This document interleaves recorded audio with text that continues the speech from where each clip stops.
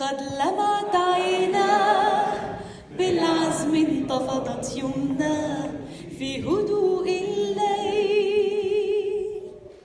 من هو الصامت المغامر في وجه السيل؟ يبعد عن عينيه الراحة، يتحدى خصما في الساحة، يرمي ويصيب الأهداف، يسعى دوما لتحقيق الإنصاف. وخيال أبيه في الأحلام يوقظ في القلب الحساس حب الخير لكل الناس مهما كان الثمن من الصعاب.